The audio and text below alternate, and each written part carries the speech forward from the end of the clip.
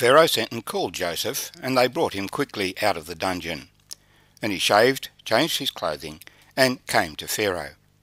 And Pharaoh said to Joseph, I have had a dream, and there is no one who can interpret it, but I've heard it said that you can understand a dream to interpret it. So Joseph answered Pharaoh, saying, It is not in me. God will give Pharaoh an answer of peace. Then Pharaoh said to Joseph, Behold, in my dream I stood on the bank of the river. Suddenly 7 cows came up out of the river, fine looking and fat, and they fed in the meadow. Then, behold, 7 other cows came up after them, poor and very ugly and gaunt, such ugliness as I have never seen in all the land of Egypt. And the gaunt and ugly cows ate up the first 7, the fat cows. When they had eaten them up, no one would have known that they had eaten them, for they were just as ugly as at the beginning. So I awoke. Also I saw in my dream, and suddenly 7 heads came up on one stalk, full and good.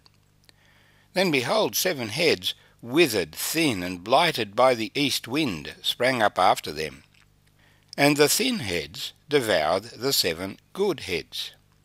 So I told this to the magicians, but there was no one who could explain it to me. Then Joseph said to Pharaoh, The dreams of Pharaoh are one. God has shown Pharaoh what he is about to do.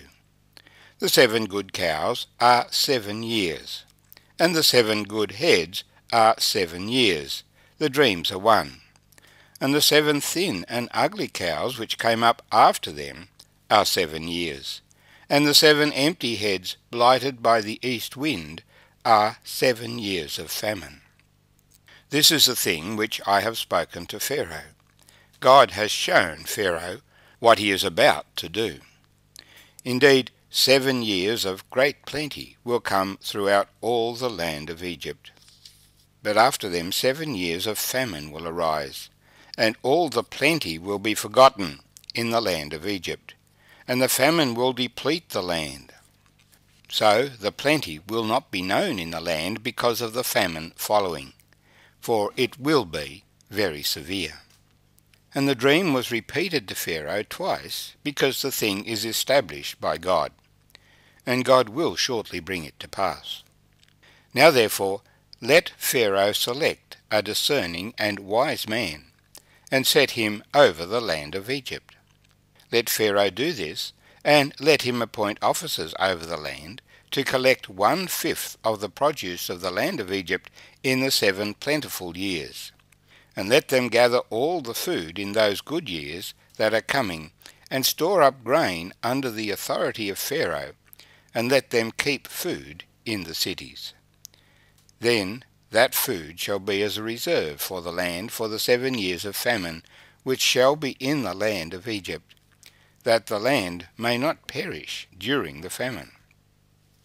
So the advice was good in the eyes of Pharaoh, and in the eyes of all his servants. And Pharaoh said to his servants, Can we find such a one as this, a man in whom is the Spirit of God? Then Pharaoh said to Joseph, Inasmuch as God has shown you all this, there is no one as discerning and wise as you. You shall be over my house, and all my people shall be ruled according to your word. Only in regard to the throne will I be greater than you. And Pharaoh said to Joseph, See, I have set you over all the land of Egypt. Then Pharaoh took his signet ring off his hand, and put it on Joseph's hand. And he clothed him in garments of fine linen, and put a gold chain around his neck. And he had him ride in the 2nd chariot which he had. And they cried out before him, Bow the knee. So he set him over all the land of Egypt. Pharaoh also said to Joseph, I am Pharaoh, and without your consent no man will lift his hand or foot in all the land of Egypt. And Pharaoh called Joseph's name Zaphnath-Paneah, and he gave him as a wife Asenath, the daughter of Potipherah, priest of On. So Joseph went out over all the land of Egypt. Joseph was 30 years old when he stood before Pharaoh, king of Egypt. And Joseph went out from the presence of Pharaoh and went throughout all the land of Egypt. My name's Arthur. Thank you for joining me as we continue meditating in Genesis chapter 41, the story of Joseph, the 11th son of Jacob, envied by his brothers because he had been educated by his father. He was loved by his father. They had upset their father by their behaviour.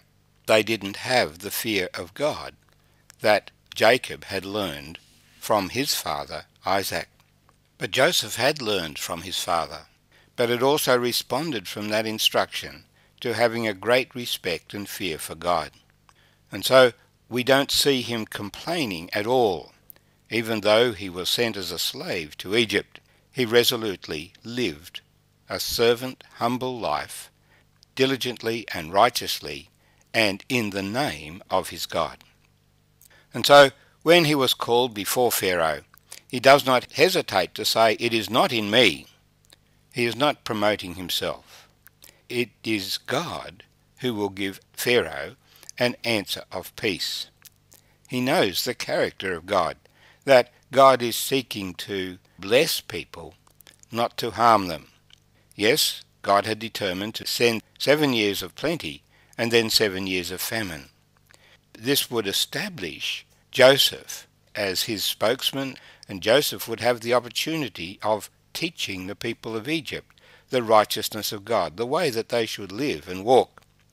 And that is exactly what Pharaoh has done. He hasn't just set him over the collection of the food, but he has given him control over all Egypt.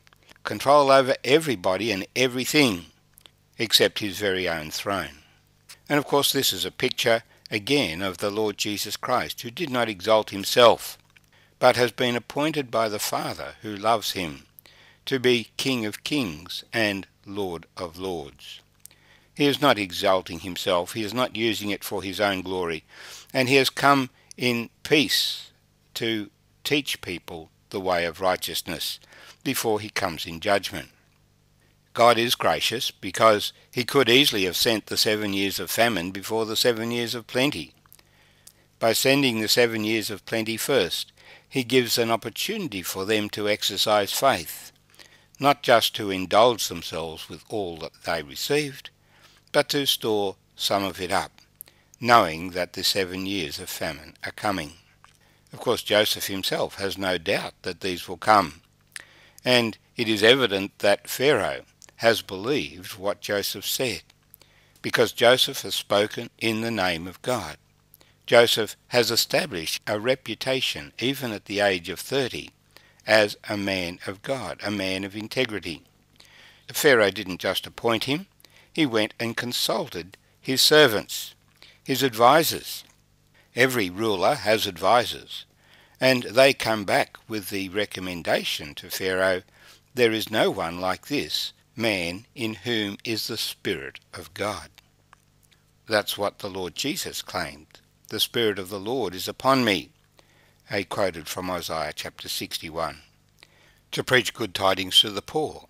He has sent me to heal the broken-hearted, to proclaim liberty to the captives, and the opening of the prison to those who are bound, to proclaim the acceptable year of the Lord." And so he performed his public ministry, the power of the Spirit being with him. I'm impressed that God has prepared Joseph. Joseph has not complained along the way. He has not made accusations against his brothers. And of course the Lord Jesus did that when he was charged. The responsibility was on his accusers to find fault in him, and they could find none. All they could charge him with was his claim that he was the Son of God, and that he was the one that God had anointed king over Israel. Both claims adequately supported by the evidence of Jesus' life. And so it is today. The blessing of God comes upon those who humble themselves before God. But God resists the proud, even as he gives grace to the humble.